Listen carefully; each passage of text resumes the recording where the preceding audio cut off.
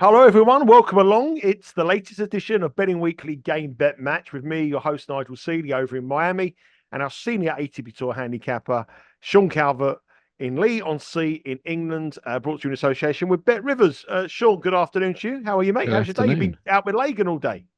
Yeah, football in extreme icy cold wind in Canvey Island, followed by a basketball tournament over in Hawkwell, and I've just got back, and in between I've managed to have a look at a few matches that we've got lined up for Monday. But yeah, it's been another a day of sporting mediocrity for Lagan, to be honest with you. Yeah. Well, it's a father and son bonding Sunday for us. Well, I haven't had the hotbed of British basketball, Lakewell. I haven't had that. I've been Hawkwell. sitting on Let's get it right. Hawkwell, Hawkwell. Hawkwell, Yeah, Hawkwell. Sorry to any residents from Hawkwell who are watching this or listening to this. probably I've won't be been out many. with the boy. Now I've left my 19-year-old son who's in Miami on spring break on the beach, and I've Lovely. told him that when I come back, if my deck chair is still empty, I'll be a very disappointed father. So the chances are it'll still be empty. But his eyes are popping I'm out of not his head saying now. anything. I'm saying absolutely nothing. I'm not sort of persuadant with young Harry's ability to talk to the ladies of Miami. So I couldn't help you with that, I'm afraid. I've said as long as they have a rather attractive mother, you're fine to talk. But he's on that beach there. We just had a swim in the ocean. His eyes are popping out of his head. It's unbelievable. But anyway, I've not enough had the about the spring. pleasure. I've been to Miami once, but it was a long, long time ago, and it wasn't. I don't think it was during spring break or anything. So yeah, I'm not as familiar with this terrain as you are. Well, this is the second time I've been here. The last time I came was very different for this time I come. The last time I was spending this day, I was here exactly the same time last year. I was spending the day around the shopping malls trying to find a replacement phone after some Oh yeah, scallywag stole my phone from a bar. Anyway, I remember all that now. things Yeah. very, very different now. I've got my minder with me, so I'm all good. But the one thing I would say, I mean, we had two horrendous days of weather when we landed Friday. We landed, I've mentioned before, I hate I hate aeroplanes. They've done a lot of traveling, but I hate the aeroplanes landing. I hate thunder and lightning. We're landing thunderbolts, tornado warnings. I thought, what on Ah, earth are we doing coming here? it's all right this day and age. They don't really have to do anything. It's all computer guided, isn't it? I think you'll be fine. That Well, sort of thing doesn't bother me. I'm not. uh, I never ever think about that. I don't know why. when you're looking out the window and seeing thunderbolts coming and the lightning's Even if coming it's straight, like major turbulence, I'm not. It doesn't. No, I'm not bothered by that. I'm bothered by a lot of things, by the way, I know but that, I know that, I know but that. that is one thing that doesn't bother me. Same with But being dentists. I'm struck not bothered by that either. Well, being struck by lightning on an aeroplane coming through thunder in tornado warnings That's doesn't not going bother to me. happen. It bothers me. It bothers It's me. not going to Anyway, happen. That yesterday when we came Friday night. The rain. I've never seen rain like it. It was absolutely horrendous. Yesterday the rain was obviously bad until about 5 o'clock, and we walked back. Like I said, it was lovely. But now we're set fine. I mean, the conditions today, beautiful weather conditions. It should be okay now for the rest of the tournament.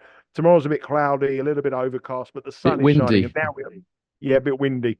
So I was going to say, what do you make of the conditions? I mean, I'm going to the tennis tomorrow. Tonight we're going to the basketball. We'll come on to that in a little while. But I haven't actually been there yet. So we've got 2 days at the tennis over the next 3 days.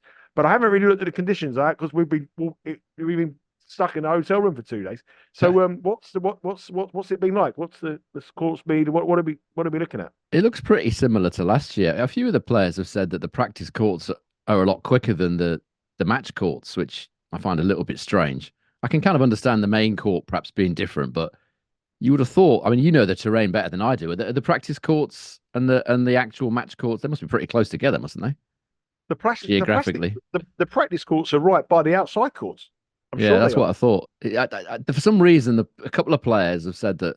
I think Van Ash was one. I think Medvedev was another one that said that the practice courts were a lot quicker than the actual match courts. But that's as far as I can see, it looks pretty similar to last year. The stats I've got after 92 matches, including qualies, it's pretty similar to last year. 82% holds, 73% first serve points won. So it looks to me you can hit winners on this court. It certainly isn't slow. There's an argument that it's perhaps a fraction slower than last year, maybe, but I think it's pretty much a decent pace court. You can hit winners on it. It's not a slow court by any means.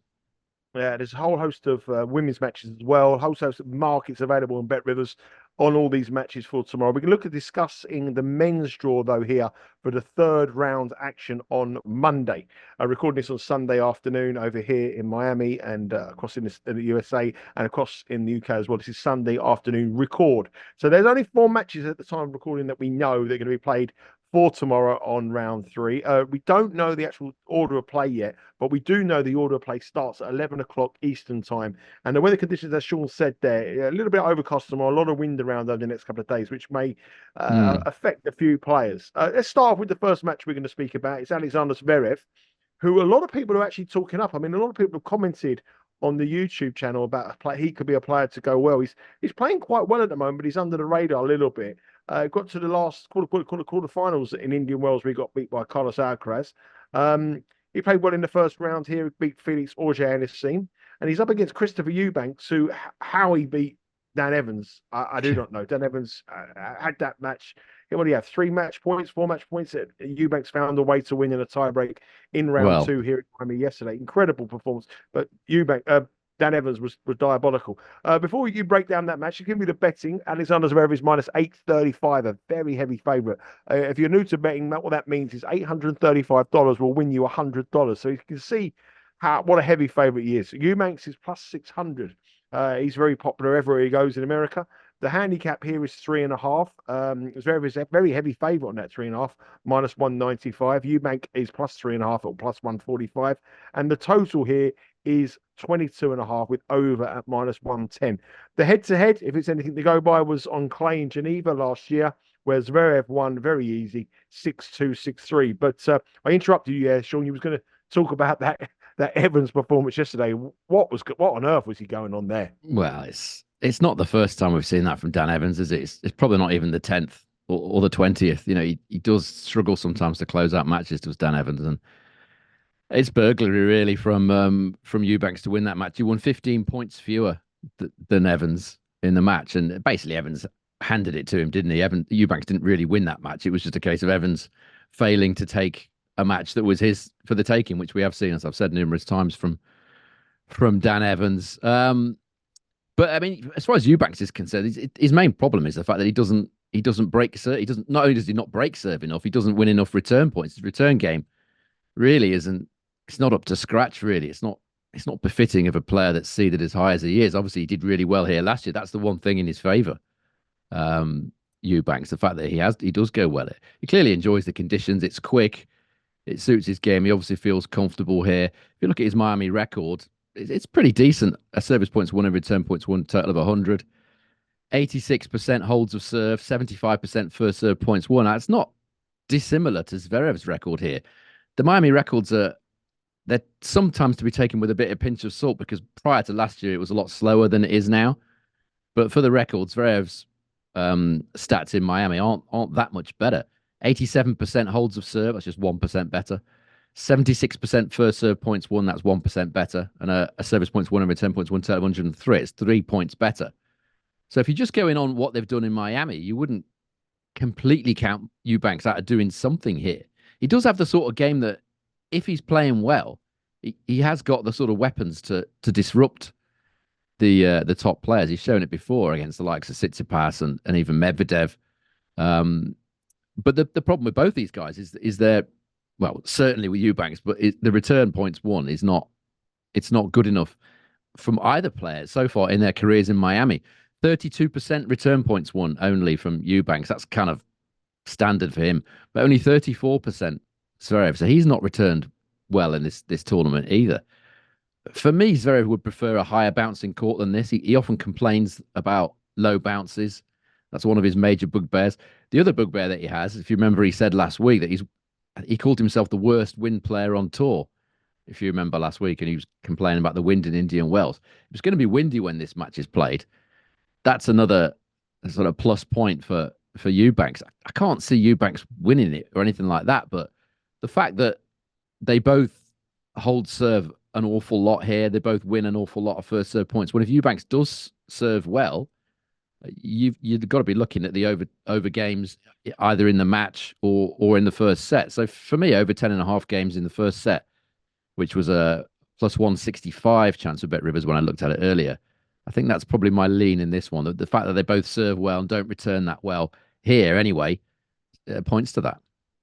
Over 10.5, set number one, +165 with Bet Rivers. 32 different markets available, and there will be more tomorrow when this match starts. We don't know the start time yet, but the order of play will be there at 11 o'clock. And if you want to follow myself, I'll be at the tennis tomorrow, and you'll be able to follow me on our Instagram account at becausewewin. Make sure you follow that, and also on our Twitter account at becausewewin as well. So be across all of the socials tomorrow.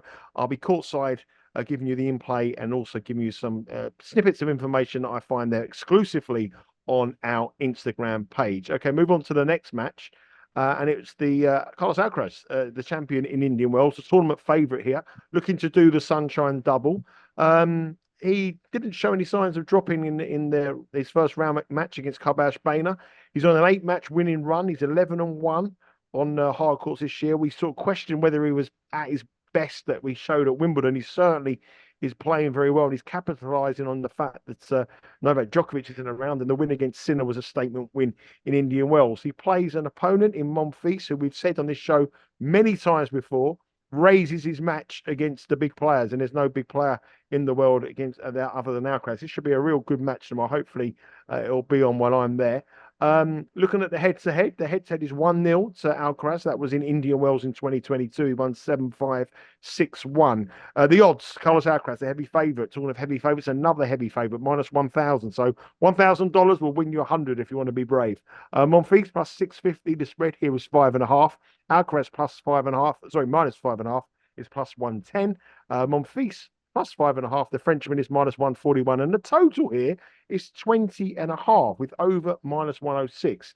Now, I'm looking at these matches, betting, Sean, and when you sent the bets through, and I've jotted them down a little bit of paper. And I thought, if I was going to have a bet here, I might lean towards over 20.5 because Monfils might keep it competitive, especially in set one. Yeah, similar thinking from my side, really.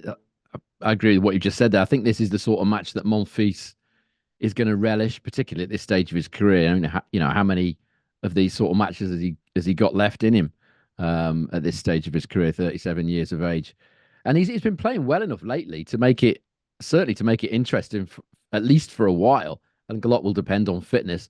Another big factor will be when is this match played. If it's a night match, I wouldn't be quite so keen on Monfils' chances. If it's a day match, I feel like he's got a shot if he plays aggressively.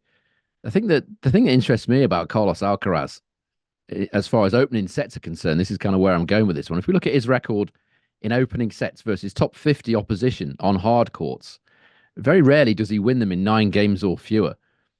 In his last 16 opening sets on hard courts against top 50 opposition, he's only won in 9 games or fewer twice out of those 16 opening sets. And both of those were last week at Indian Wells, where we know he plays, his best stuff, certainly arguably his best hardcourt stuff. It suits, the conditions there suit him very well. Does Miami suit him quite as well? Not for me. A bit slicker, a bit lower bouncing. Yeah, he can still play here, but I don't think it suits him quite as well as the conditions at Indian Wells. Scheduling key here. I think the night match would put me off siding with Monfils, but if it's a day match and he plays aggressively, because sometimes with Monfils, you just want him to use the undoubted skill that he's got. The talent this guy's got has always been beyond question. But the level he showed Monfils at Indian Wells, where he beat Hurkacz, it should have been comfortably. He should have beat him in straight sets actually, but he still beat him all ends up really. And he should have beaten Casper Ruud as well, but he failed a little bit on the physical side of things after a tough match. Fatigue counted against him there, but. For me, over 9.5 games in set one is plus money with Bet Rivers, +104. I've just said that Alcaraz very rarely wins his opening sets in 9 games or fewer against top 50 opposition. So plus money on that would be the way I'd be going if I was betting in this one. Yeah, I do like that. I think this first set will be tight. I think Monfils will want to entertain the crowd. I think then obviously the second set, I can see Alcaraz winning in straight sets, but I was leaning towards 20.5 because I thought the first set could be quite competitive. The second set probably be more one-sided, but the scheduling is crucial here. So make sure you check the BetRivers website out for the timing of this match. Or if not, obviously, like I said, you can follow us on the Instagram and I'll be there giving you the updates on the matches I'll be seeing. So please give us a follow on that Instagram account. It's We need some followers on there. We're not going to get as many followers. Good stuff on there. I quite travels, and I want to get some more followers on there. So hopefully, give us a follow on that, and we'll keep you abreast some in-play betting. Also, Bet Rivers have got a fantastic offer on the Sunshine Double in Indian Wells, and just last week in Indian Wells and here in Miami. It's a 25% parlay profit boost. If you have 3 selections or more, you can get up to 25% profit parlay boost. Check the Bet Rivers website for full details. And obviously, that's every day. So, a lot of heavy favourites. It might be a good day for parlays. So, check the profit boost with Bet Rivers. Also, with Bet Rivers, you can bet live and watch live. So, if you're not lucky enough to be in Miami or you're at work, you can have a bet and watch the game on your tablet or your mobile device, whichever one you want to choose to do. Next match, interesting again. Hubert Hurkacz, one of the players that we highlighted here who could do well this week. He's up against this is an interesting match because this is the guy who made us the most money last year, Hurkacz at -162, against the guy who lost us the most money, Sebastian Korda at +130. The spread here is 1.5, -103 for Korda. He's receiving the start, -125 for Hurkacz. The total, no surprise, with Hurkacz matches is 23.5. Over is -108 and under is -118. Very interesting to see where you go here, Sean, given the two players' records for us last year. And these are two players who aren't any strangers to each other. 4 times they've met, and the head-to-head is 3-1 to Hurkacz. He won in Paris in 2023 in 2 sets to 1. He won in Shanghai 2023 straight sets, and they played an epic in the Australian Open last year, which Korda came through in 5. So there has been a lot of matches involved, a lot of games involved in their matches. Over 23.5 is the line. But interesting to see this one because it's our big winner, Hurkacz, against our big fade in Korda. Yeah, I mean, I must have got Korda wrong more than anybody else in the last 12 months or so. I mean, I'm not prepared to accept responsibility for a lot of this. I mean, Korda is just so wildly inconsistent, isn't he? With his fitness, we never know whether he's fit or not. Sometimes just mentally, he just checks out too easily, and other times he's great. You think when watching him at his best, you think this is a guy that should be winning Masters Series, should be going deep in slams. The mental side of it is it makes him hard to bet on. Plus, you never know whether he's fit or not. If you look at the head-to-head, the favourites won all 4 meetings, by the way, so that the layers have got this one spot on so far.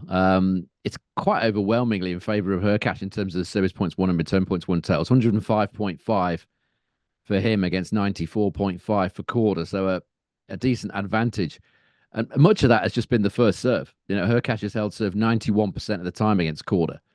Korda's only held his own deal 79% of the time, so a big sort of 12% gap there in favour of Hurkacz. And Hurkacz has also been better on second serve by 4%. So the head-to-head has been a good one for Hurkacz. Oftentimes, Korda finds it not that appealing, having a lot of power coming against him. Maybe a reason why Hurkacz, as well as the first serve, that Korda hasn't fared that well generally in this matchup.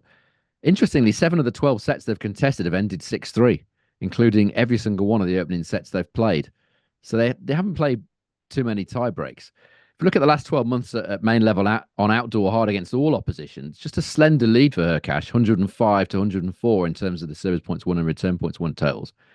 Now, they both got very, very good records in Miami. Hurkacz, 82% win rate and a service points won and return points won total of 105. Korda, 78% win rate and 107. So two players that both enjoy the conditions here in Miami. And Hurkacz has played 0.41 tie breaks per set in Miami. And that includes when Miami was slower. And since it got quicker, so we're just talking last year and the first match of this year, he's played 6 tie break sets out of 8. So this is not an easy match to try and bet on. The bet I've put in here is, well, the lean I've put in here is over 2.5 sets. I feel like this is going to be a competitive encounter. I can't see either guy winning this comfortably. If I was going on the money line, I probably would take Hurkacz on the basis that he has got such a great record on the head-to-head stats. But as far as props are concerned, over 2.5 sets for me, plus 123 Bet Rivers. But knowing my record on Korda, I'm not. It's just a lean. But there again, my record on Hurkacz is very good. So Yeah. one of those two Well, things I'm has got to be intrigued right. by the match. I mean, I'm intrigued by the match because I think we've given so much confidence in the past towards both of these players, and one of them has always over delivered, in my opinion. Hurkacz shouldn't be winning the tournaments he does. I don't think with his return to serve. I think he's so serve dominant, and I think he's an overachiever. And I don't think there's a bigger underachiever in Sebastian Korda in the men's game. So it's a match that you could Mm. look at now, and if Korda gets it right, he could be starting this match is at -$2 against the likes of Hurkacz in a year's time. That's how talented he is, and we haven't seen the best of him. So I'm quite intrigued to see how this goes. Obviously, again, heads across to the bet rivers. They have 30 different bets available on those props. Sean mentioned their one prop that he liked over 2.5 sets in a match, but there's 30 different markets available on this match between two of our very interesting characters on this show over the last couple of years, Korda and Mr. Hurkacz. Our final match tomorrow. It's an interesting one for me. Because I've bet one of these players to win the tournament. I couldn't resist the 250 to 1 against Francisco Cerundolo. I had to have a bit of that. He's an outsider up against the Russian Karim Khachanov, who is a player that can either be hit or miss. He can be brilliant or absolutely abysmal. There's no in between with Khachanov. He either makes the winners or they're always the unforced errors. Khachanov, the Russian, is -420. Cerundolo is +310. He's got a very good record in Miami, Cerundolo. Big Hmm. price that for me. The spread here, very interested in this spread on Cerundolo. +4.5, -148. You can get giving up 4.5 for Khachanov is -114. And the total here is pitched at 21.5 with over -122. He's holding a bit of pizza money for me, Cerundolo here. He's going to overcome a very one-sided head-to-head record because Khachanov leads 2-0, including a very easy win here last year where Khachanov won 6-3, 6-2 in the quarterfinals. So he's got to overcome that, Cerundolo. But he's played quite well on the clay swing. He likes it in Miami. Has he got a chance at the price? He's got a chance. I don't know if it's a great one, but he's certainly got a chance. Um, the main chance that he's got is that both of these guys have been inconsistent of late. You know, Khachanov was beaten by Seyboth Wild last week in Indian Wells, although that result doesn't look that bad now that Seyboth Wild's taken down Taylor Fritz. Of course, we backed Seyboth Wild in Santiago, didn't we? And he on the outrights, and he was terrible. Lost a appalling match to Artur Fee. Since then, he's been great, of course. We're calling Um, it right. We're calling it right. I mean, that happens, doesn't it? I mean, you can bet any yeah, sport. You can on bet a horse outrights, and yeah. you bet a horse to win a horse race, and you called it right, doesn't win, and it wins the next 4 races. You can Yeah. bet a golf for 1 week and it wins. But the fact that we're in the right direction is always a positive for me. So don't it's going to come. Don't worry about that. Yeah, I'm just saying that you know there's always a trend in outrights, isn't there? You always back a guy a week too early or a week too late, and it's high what's the word I'm looking for? High variance stuff. So not too worried about that. If we look at the stats of these guys, last 12 months at main level and outdoor hard, you can kind of see why Khachanov is as short a price as he is. 67% win rate and a service points won and return points won total at 104. He's also got a service hold and break total of 104. Cerundolo, some way behind, 50% win rate and a service points won and return points won total of 98. And his hold and break total is 100. So he's got quite a bit to find on the last 12 months on this surface. He's also got a bit to find on the head-to-head. Khachanov 107, Cerundolo 93 in terms of service points won and return points won totals across the two matches that they've contested. The main difference being the bigger, more effective first serve of, well, not just first serve, the serve of Khachanov. He's held serve 12% more often than Cerundolo. And if this match is going to be played in quick conditions, and a night match would be interesting, actually. If it's going to be quick conditions, i.e., day, you would favour Khachanov. But a night match, you know, the South Americans do get an awful lot of support here, as you know yourself. It's almost like a home tournament for them, isn't it? So that can certainly help him. And as does his Miami record. He's got a better record in Miami than Khachanov has. 82% win rate here, Cerundolo, when his service points won and return points won total of 106, as against Khachanov, 50% win rate and 103. So he's got a better record here, Cerundolo, than Khachanov. But you could certainly argue that several of those matches were played when it was in slower conditions. But Cerundolo obviously likes playing here, you know, and that's a big thing for a lot of players. Casper Ruud was on about yesterday. He was saying what a disgrace the tournament is. We've got to get changed on these plastic chairs, and the towels we don't have any towels, and it's just cold water. And he was saying what a disgrace the tournament is, and all this sort of stuff. Cerundolo is coming here enjoying. He loves the conditions, loves the support. The bet I'm interested in here, it's a bit of a punt, but I was leaning towards Khachanov winning it by 2-1 at plus 260 or bet Rivers. I feel like Cerundolo at his best can certainly cause Khachanov problems, but I'm not so sure he's gonna win it, unfortunately, as far as you're concerned. But that's the way I'm going with this one. No, it's just a price bet. I thought 250-1 was a big price with no Djokovic in the tournament. Alcaraz obviously trying to make history by winning the Sunshine Double, which isn't easy to do. I just thought we might get a shock finalist. I still think the tournament's wide open. I still think that someone might go through. It's one of those bets that just it could happen, or better pizza money. You never know. We'll see how we go. But I'll be there cheering him on. Don't you worry about that. He's got my you support. And the rest of Buenos Aires and the Argentinian contingent. Yeah, so we'll be cheering him on. The Seeleys are in the house, so Cerundolo's going to have some very, very heavy support. And hopefully, young Harry's met some Latinos on the beach, and we can get them to come and cheer him on as well. But we'll have to see. Do you think that's likely? No, no, absolutely no chance. But you can live in hope. You do live in hope, yeah. You can live in hope. Sean, it's been a blast as usual. Remember, there are a few ways to follow us on the Betting Weekly. Because we win, you can subscribe to our YouTube channel, Betting Weekly Studios, to keep across all this fabulous content. Myself and Sean will be doing another podcast and another show probably on Tuesday morning before I head again to the tennis on Wednesday. I said earlier, you can follow us on our socials at Because We Win on our Instagram and our Twitter. The Instagram page will be full of the action tomorrow from courtside in Miami. I'll give you some in-play. If there are any bits of information that I find, I will let you know on there. And also, last year I was there, and on the Instagram page, I gave Kvitova to win the tournament when I watched her practice. It was 100-1 win the women's games. So remember, there's a women's action as well. So head to the Bet Rivers website, a huge amount of women's stuff as well. And that parlay boost, up to 25% on a parlay women's and matches tomorrow on Monday. And the final way you can follow us is by subscribing to Betting Weekly Game Bet Match on your downloading Betting Weekly Game Bet Match on your preferred podcast provider on the podcast form as well. That's it. That's it for the week. New week starts. Hopefully we cash some tickets on Monday. So Sean, no official pick, just for a few leans there and a little bit of official analysis. Yeah, no official picks today, and there's nothing that stands out as exceptional value. No. So I am off now to the basketball. I'm going to watch the Miami Heat play the Cavaliers. Do you know who the Cavaliers are yet? I've got no idea where they're from. No idea. Somebody tell Nigel in the comments section who the Cavaliers are. I don't know, actually. I don't know. I don't know. I really don't find out if you want. Find out for me. I've got no idea where the Cavaliers are from. And then we go to the tennis the following day, and then we're going to see another basketball match. Miami Heat are playing the Golden State Warriors. I do know that one because that's the Cleveland Cavaliers. I should have got that. Cleveland Cavaliers. Yeah, it is them. They're playing Miami Heat. Yeah, it's them. Cleveland. Yeah, and we're going to see the Golden State Warriors because my son is wild about Steph Curry. Yeah, Lagan is as well. I don't know why. He's never seen him play. Yeah, there you go. I might pick him up some merch. All you got to do is send me $149 and it's done.